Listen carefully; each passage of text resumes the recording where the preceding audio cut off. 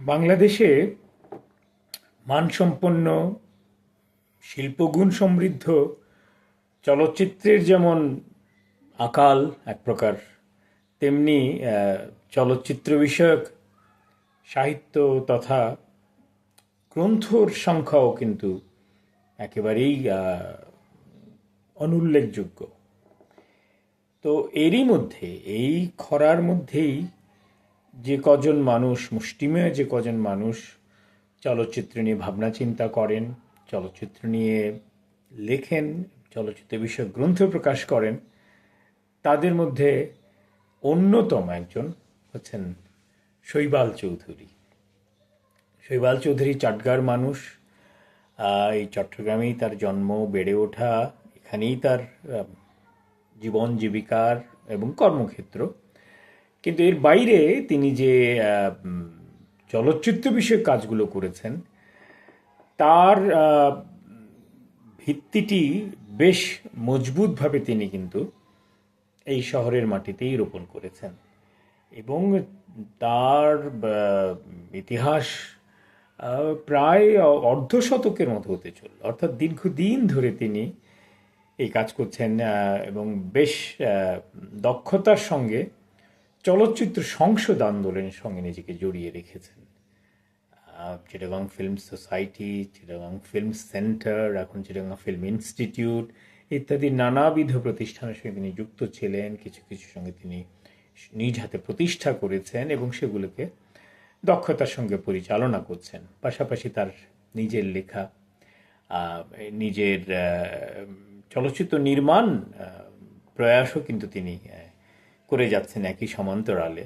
মূলত তথ্যচিত্রই তথা প্রামাণ্যচিত্রই তিনি নির্মাণ করেন, কিন্তু একটি কাহিনী চিত্র রয়েছে তার। আরও কিছু তার পরিকল্পনার মধ্যে আছে। আমরা আশা করছি অদূর ভবিষ্যতে তার কাছ থেকে আমরা আরও কিছু তথ্যচিত্র, প্রামাণ্যচিত্র ইত্যাদি পাবো। তো এই সব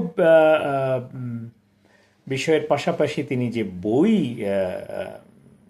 রচনা করেন চলচ্চিত্র বিষয়ে, তার দুটি গ্রন্থ আমার হাতে এসেছে। একটি সরাসরি একটি চলচ্চিত্র নিয়ে, আর একটি চলচ্চিত্র সম্পৃক্ত একজন ব্যক্তিত্বকে নিয়ে। যে বইটি চলচ্চিত্র নিয়ে একেবারে, সেটি হচ্ছে বাড়ি থেকে পালিয়ে। আপনারা বুঝতেই পাচ্ছেন এটি ঋত্বিক ঘটকের একটি চলচ্চিত্র। বেশ ভালো, বেশ খুবই শক্তিশালী চলচ্চিত্র, যদিও তুলনামূলকভাবে কম পরিচিত, কম আলোচিত, এবং সেটিই শৈবালকে উদ্বুদ্ধ করেছে এই গ্রন্থটি রচনার ক্ষেত্রে। তিনি বইটির শিরোনাম, উপশিরোনাম রেখেছেন বাড়ি থেকে পালিয়ে ঋত্বিক জীবনের প্রতিচ্ছবি। অর্থাৎ এই ছবিটির ভিতর তিনি ঋত্বিকের জীবনকেই খুঁজে পেয়েছেন।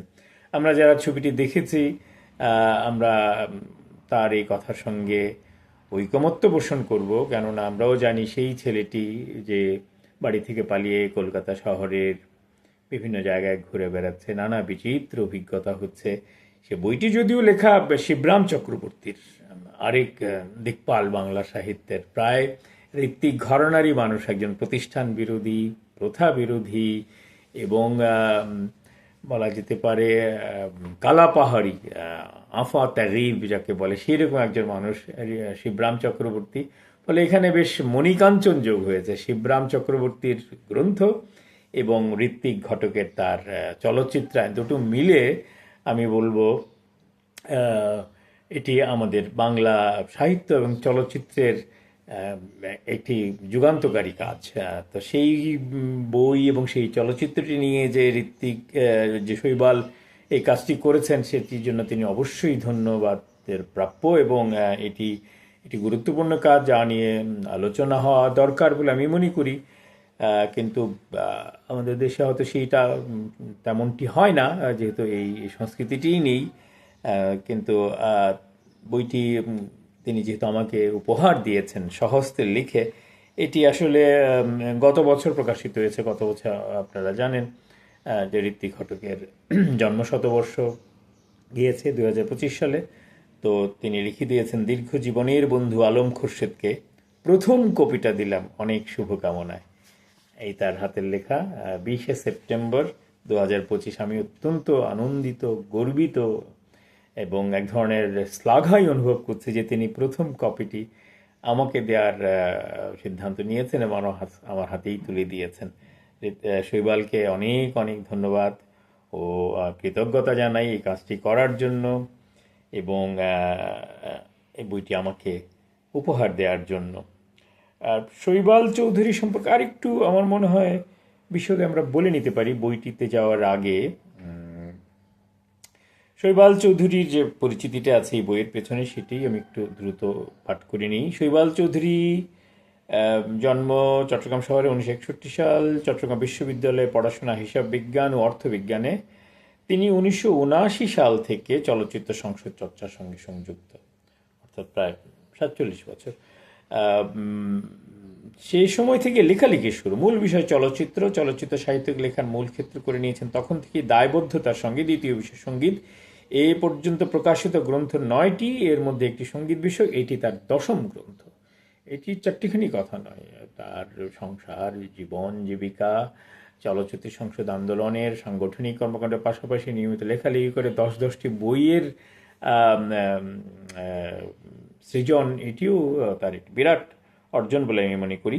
চলচ্চিত্র নির্মাণেও নিয়োজিত, এ পর্যন্ত নির্মাণ করেছে 5টি প্রামাণ্য চলচ্চিত্র: দীপ্ত পদাবলী, কবি Alfani Barua, portrait of a dancer, নৃত্যগুরু রুনু বিশ্বাস, বিনয়বাসী, লোকশিল্পী বিনয়বাসী জলদাস, বিস্তৃত অধ্যায়, মুক্তিযোদ্ধা বেগম মুস্তারি শফি এবং মেঠো পথের গান, লোকশিল্পী আব্দুল গফুর হালিকে নিয়ে করা তার প্রামাণ্য চিত্র। প্রথম কাহিনী চিত্র ভূমিকম্পের পরে মুক্তি পেয়েছে 2018 সালে। প্রতিষ্ঠাতা পরিচালক হিসেবে যুক্ত ছিলেন চট্টগ্রাম চলচ্চিত্র কেন্দ্রের সঙ্গে 1993 সাল থেকে 2017 পর্যন্ত। সভাপতি হিসেবে ছিলেন 2018 থেকে 2022 পর্যন্ত। 2023 সালে 7 জানুয়ারি চট্টগ্রাম চলচ্চিত্র কেন্দ্রে অবসর গ্রহণ করেন। 2023 সালে 3রা ফেব্রুয়ারি প্রতিষ্ঠা করেন চট্টগ্রাম ফিল্ম ইনস্টিটিউট। বর্তমানে তিনি ইনস্টিটিউটের সভাপতি। Federation of film societies of বাংলাদেশের সহসভাপতি পদে 2012 সাল থেকে নিয়োজিত। চলচ্চিত্র শিক্ষকতার সঙ্গে যুক্ত। 2014 সাল থেকে চট্টগ্রাম বিশ্ববিদ্যালয়ের নাট্যকলা বিভাগে চলচ্চিত্র বিষয়ের খণ্ডকালীন শিক্ষক হিসেবে নিয়োজিত। এই রইল তার সংক্ষিপ্ত জীবনচরিত। আর এই বইটির কথা আগেই বলেছি, একটি গুরুত্বপূর্ণ গ্রন্থ। এখানে তিনি যে ছোট্ট একটি ভূমিকা লিখেছেন, আমার মনে হয় তারও আমরা কিয়দ অংশ পাঠ করতে পারি। এখানে আমি ভূমিকাটি গিয়ে দেখতে পাচ্ছি শৈবালের নিজের চমৎকার একটি ছবি রয়েছে। তার সেই বয়সে, যে বয়সেরই এক শিশু বা কিশোর বাড়ি থেকে পালিয়ে কলকাতা শহরে এসেছিল, তার ছবিটিও দেখতে পারেন আপনারা। এখানে দারুণ লাগলো আমার কাছে। তো ভূমিকার নিচেই তিনি তার সেই বয়সে একটি ছবি খুঁজে পেতে এনে যুক্ত করে দিয়েছেন। যাই হোক, আমরা ভূমিকাটা থেকে খানিকটা পাঠ করি। জন্ম শতবর্ষে গুরু দক্ষিণা, অর্থাৎ তিনি ঋত্বিককে গুরু পদে আসীন করেছেন এবং তার প্রতি দক্ষিণা দানের উদ্দেশ্যেই বইটি রচনা করেছেন। তিনি লিখছেন, ঋত্বিককে চাক্ষুষ দেখিনি, তবে কৈশোরের শুরুতে 1973 সালে চট্টগ্রামের সিনেমা প্যালেস প্রেক্ষাগৃহে ত্রিতাস একটি নদীর নাম দেখার মধ্য দিয়ে তাকে প্রথম দেখি। এরপর বাবার কাছে তার পরিচয়ের পাঠ। পরের বছর 1974 সালে বাংলাদেশে অনুষ্ঠিত ভারতীয় চলচ্চিত্র উৎসবে চট্টগ্রামের আলমাস প্রেক্ষাগৃহে দেখি সুবর্ণরেখা। দুটি ছবি দেখে অশ্রু সজল চোখে প্রেক্ষাগৃহে বের হয়েছিলাম মনে পড়ে। তখন থেকে ঋত্বিকুমার ঘটক আমার গুরুর আসনে অধিষ্ঠিত। সেই কৈশোর থেকেই তাকে একটু একটু করে জানার আর বোঝার আগ্রহ এবং প্রচেষ্টা, যা আজও সমান অব্যাহত। প্রতিনিয়ত তাকে পড়ার, দেখার, জানার এবং বোঝার চেষ্টা করি। মাত্র 51 বছরের জীবনকালে ক্ষণজন্মায়ী মহাশিল্পীকে ধরা ছোঁয়া দুঃসাধ্য, যেন এক অতল সমুদ্র, যার স্রোতধারার অনেক স্তর। তাঁর লেখাগুলি তাই বারবার পড়ি, বারবার দেখি তার ছবিগুলি। 1978 সালে চট্টগ্রামের ভারতীয় দূতাবাসে অযান্ত্রিক দেখার সুযোগ ঘটে। ভিসিআর আসার পর 1985-তে দেখে মেঘে ঢাকা তারা ও কোমল গান্ধার। এরপর বাড়ি থেকে পালিয়ে যুক্তিতক্ক আর গপ্প ও নাগরিক। চোখের সামনে একের পর এক আশ্চর্যময় জবনিকা খুলে যেতে থাকে। এরপর তিনি শিবরাম চক্রবর্তীর সম্পর্কে লিখছেন, শিবরাম চক্রবর্তীর উপন্যাস বাড়ি থেকে পালিয়ে পড়ার আনন্দময় স্মৃতি আগে থেকেই ছিল। ঋত্বিক ঘটককৃত চলচ্চিত্র সে আনন্দকে আরও বৃদ্ধি করার পাশাপাশি ভাবনার অনেক অবকাশ এনে দিয়েছে। একটি ভিডিও ক্যাসেট সংগ্রহ করে তখন অনেকবার এবং পরে ডিভিডি সংগ্রহ করে ছবিটি বারবার দেখেছি। 2024 সালে ছবিটি ডিজিটালাইজড প্রিন্ট পাওয়ার পর এটি আবারও অনেকবার দেখার ফলে পূর্ব অভিজ্ঞতা আরও সমৃদ্ধ হয়। কিন্তু ছবিটি নিয়ে পড়াশোনা করতে গিয়ে ছবি নিয়ে লেখার প্রতি লেখার বিষয়ে অতি স্বল্পতা লক্ষ্য করি। বাকি সব ছবি নিয়ে প্রচুর আলোচনা থাকলে এই ছবিটি অজানা কারণ উপেক্ষিত হয়ে থেকে গেছে। হয়তো শিশুতোষ বা হাস্যরসাত্মক সাধারণ ছবি বিবেচনায় ছবিটি বিদগ্ধজনের উপেক্ষা করে গেছেন, অথচ বাড়ি থেকে পালিয়ে একটি রত্নভাণ্ডার। এসব কারণে ছবিটি নিয়ে একটু বিশদে কিছু লেখার তাগিদ বোধ করি। সে তাগিদ আরও উস্কে দেন নিসর্গ পত্রিকার সম্পাদক শ্রদ্ধাভাজন সরকার আশরাফ। লেখাটি নিসর্গে 2025 সালের 21 সংখ্যায় প্রকাশিত হয়। লিখছেন শৈবাল। বইটিতে তিনি অনেক মূল্যবান কিছু প্রামাণ্য দলিলও হাজির করেছেন, যেমন বাড়ি থেকে পালিয়ে সেই পোস্টার, তার টাইটেল পেজ বা ক্রেডিট লাইনের বিশদ উল্লেখ রয়েছে। ছবির বেশ কিছু আকর্ষণীয় স্থির চিত্র রয়েছে, কয়েকটি ঋত্বিক জীবনের ব্যক্তিগত চিত্র, যার মধ্যে একটি উল্লেখযোগ্য ঋত্বিক ঘটকের পিতা সুরেশচন্দ্র ঘটক ও মাতা ইন্দুবালা দেবীর ছবি, যা হয়তো আমরা সচরাচর দেখতে পাই না। এছাড়া ছবির সিনেমাটোগ্রাফার দীনেন গুপ্ত, সম্পাদক রমেশ যোশী, লেখক শিবরাম চক্রবর্তী, সঙ্গীত পরিচালক সলিল চৌধুরী, সবারই বেশ কিছু দুর্লভ ছবি এখানে তিনি যুক্ত করে দিয়েছেন। স্টিলগুলোর কথা তো আগেই বলেছি, স্থির চিত্র।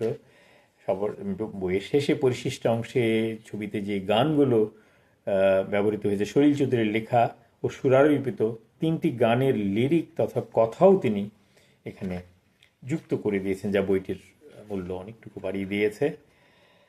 আর রয়েছে তার সহায়ক গ্রন্থাদি ইত্যাদি, যেগুলো পাঠ করে গ্রন্থটি রচনা করেছেন। তো একটি মূল্যবান বই, বাড়ি থেকে পালিয়ে দুর্লভ একটি বিষয় নিয়ে রচনা করেছেন। আমি বইটির বহুল প্রচার কামনা করি এবং আশা করি চলচ্চিত্রের সঙ্গে সম্পৃক্ত মানুষজন গ্রন্থটি সংগ্রহ করবেন, পাঠ করবেন এবং ঋত্বিকের কাছ থেকে প্রেরণা নিয়ে তাদের আরাধ্য কাজগুলো করে যাবেন।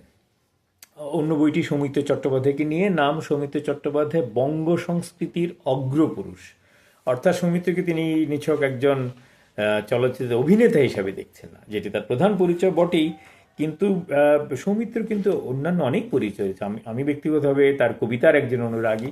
তিনি অনেকগুলো কবিতা গ্রন্থ রচনা করেছেন, এছাড়া নাটক নিজে লিখেছেন, নাটক নির্দেশনা দিয়েছেন, অভিনয় করেছেন। কলকাতার নাট্যজগতে সৌমিত্র একটি বিশিষ্ট স্থান দখল করে আছেন। তো এই বইয়ের পরিশিষ্ট অবশ্য শৈবাল প্রচুর পরিশ্রম করে, আমি বলবো, এই তথ্যগুলো তিনি যুক্ত করে দিয়েছেন। এখানে সৌমিত্র চট্টোপাধ্যায়ের অভিনীত চলচ্চিত্র পঞ্জির পুরো তালিকা রয়েছে এবং সেই তালিকাটিতে প্রায় 393টি পূর্ণদৈর্ঘ্য ছবির নাম রয়েছে। এছাড়া মুক্তির অপেক্ষায় কোনগুলো রয়েছে তার করা তথ্যচিত্র, তার নিচে নিচে যদি একটি অটোগ্রাফও তিনি যুক্ত করে দিয়েছেন সৌমিত্রের নিজ হস্তের লেখা। একই এক রূপসজ্জা তবে, রূপের গভীরে গিয়ে অরূপের দেখা পাবো কবে। কি অসাধারণ লাইন! তিনি আগেই বলেছে তিনি একজন কবি। টেলিভিশনের জন্য তার কাজের তালিকা, নাটক, টেলিফিল্ম, টেলিভিশন ধারাবাহিক, নেপথ্যে কণ্ঠদান, সত্যিকারের গবেষণার কাজই করেছেন শৈবাল।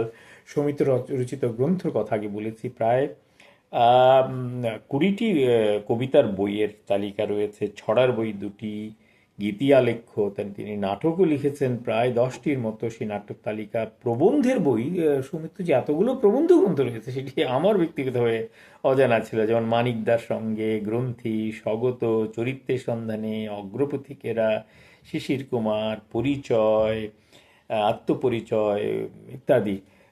তো সবগুলোই সৌমিত্র শৈবালের নজরে এসেছে এবং তিনি বেশ বিশদভাবে, অনুপুঙ্খভাবে সেগুলো এখানে উল্লেখ করেছেন। তার গ্রন্থ সম্পাদনা, তিনি যে অনেকগুলো গ্রন্থ সম্পাদনা করেছেন, আমরা জানি তিনি এক্ষণ পত্রিকা সম্পাদনা সঙ্গে যুক্ত ছিলেন নির্মল আচার্যের সঙ্গে যুগ্মভাবে, সেটি আছে। তার একটি বিশাল সাক্ষাৎকার গ্রন্থ, অনুসুয়া রায়চৌধুরীর সঙ্গে কথোপকথন, অভিনীত এবং নির্দেশিত মঞ্চ নাটকের তালিকা, সেখানেও প্রায় 50টি নাটকের নাম। এছাড়া বেতার নাটক, শ্রুতি নাটক, কাব্য নাটক, পুতুল নাটক, গীতি আলেখ্য, কোনো কিছুই বাদ যায়নি। মানে শৈবাল যে একজন সত্যিকার গবেষক এবং তথ্যের ভাণ্ডার, এবং তিনি খুব সযত্নে সেগুলো রক্ষা করেছেন, এটি একটা অবিশ্বাস্য এবং কাজ, এবং এটি আমাদের জন্য এক অমূল্য সম্পদ।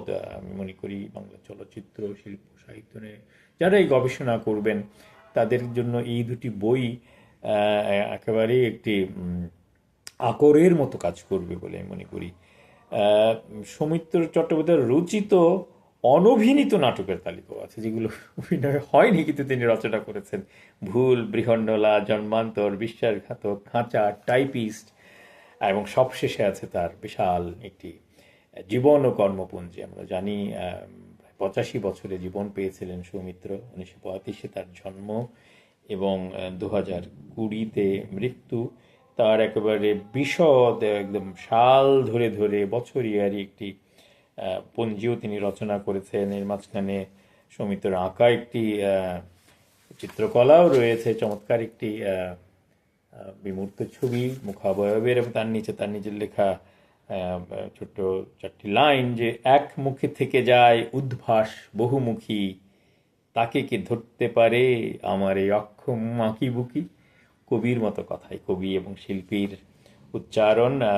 তো তার জীবনী তে আমরা তার প্রতিটি ছবির কথা, তার অর্জনের কথা, তার লেখালেখির কথা সব কিছুই তা পাই আমরা। এবং আমি বিস্মিত হলাম, হয়তো বা খেয়াল নেই আমার, কিন্তু তিনি যে করোনায় প্রয়াত হয়েছেন এটি শুনে আমার খুবই খারাপ লাগলো। 2020 সালে সেপ্টেম্বরে তাঁকে নিয়ে ভারত লক্ষ্মী স্টুডিওতে আমি সৌমিত্র প্রামাণ্য চলচ্চিত্রের শুটিং শুরু হয়।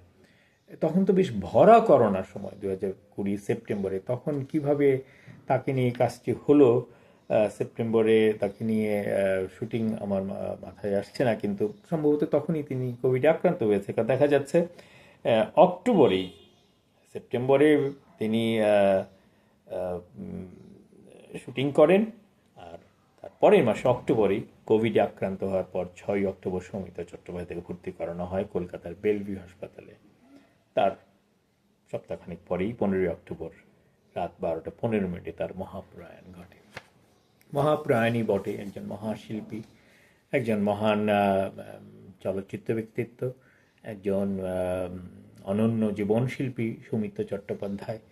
তাকে নিয়ে শৈবাল চৌধুরীর এই কাজটি আমাদের চলচ্চিত্র সাহিত্যে একটি, বা সামগ্রিকভাবে আমাদের শিল্পকলার সাহিত্যে একটি অনন্য অমূল্য সংযোজন হিসেবে বিবেচিত হবে বলে আমি বিশ্বাস করি। আমি আমার বন্ধু স্থানীয় শৈবাল চৌধুরীকে আরও একবার এই দুটি অমূল্য গ্রন্থ রচনা এবং আমাকে উপহার দেওয়ার জন্য ধন্যবাদ ও কৃতজ্ঞতা প্রকাশ করছি। আপনারা বই দুখানি সংগ্রহ করবেন, পাঠ করবেন এবং এর প্রচার এবং প্রসারে আপনাদের ভূমিকা রাখবেন, এইটুকু বিশ্বাস আমার রয়েছে। ভালো থাকবেন সবাই।